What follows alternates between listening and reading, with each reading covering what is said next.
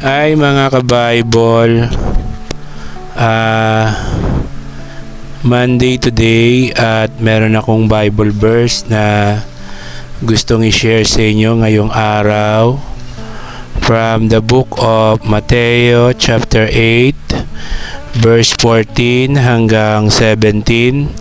So ito po yung mababasa natin.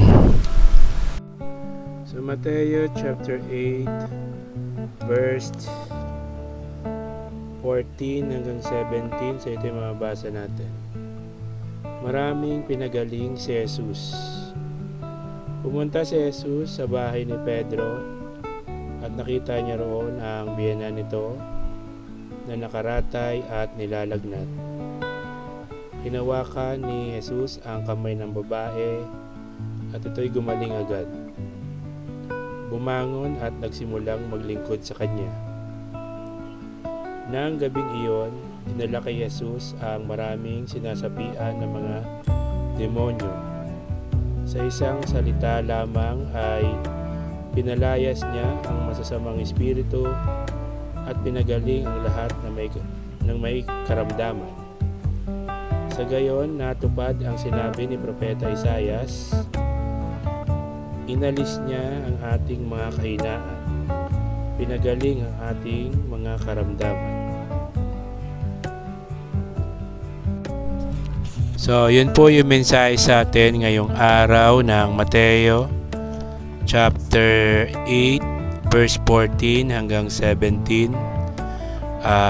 Sana is nagustuhan nyo ang ating Bible verse ngayong araw. Talikuran at magsisi na po kayo sa lahat ng inyong mga kasalanan dahil ang kaharian ng langit ay malapit na pong dumating, ang judgment day or rapture. Magpabautismo kayo sa tubig para sa ikalilinis at kapatawaran ng inyong kasalanan sa pangalan ng Panginoong Jesucristo. So keep safe, God bless, always remember, Jesus loves you.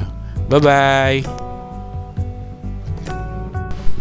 Hi mga ka-Bible, Monday today at meron akong Bible verse na gustong i-share sa inyo ngayong araw from the book of Roma chapter 12 verse 2. So ito po yung mababasa natin. Sa Roma chapter 12 verse 2. So ito po yung mababasa natin.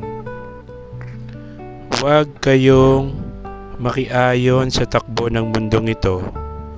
Mag-iba kayo sa pamamagitan ng pagbabago ng inyong pag-iisip upang maunawaan ninyo ang kalooban ng Diyos, kung ano ang mabuti, kalugod-lugod at ganap na kalooban niya.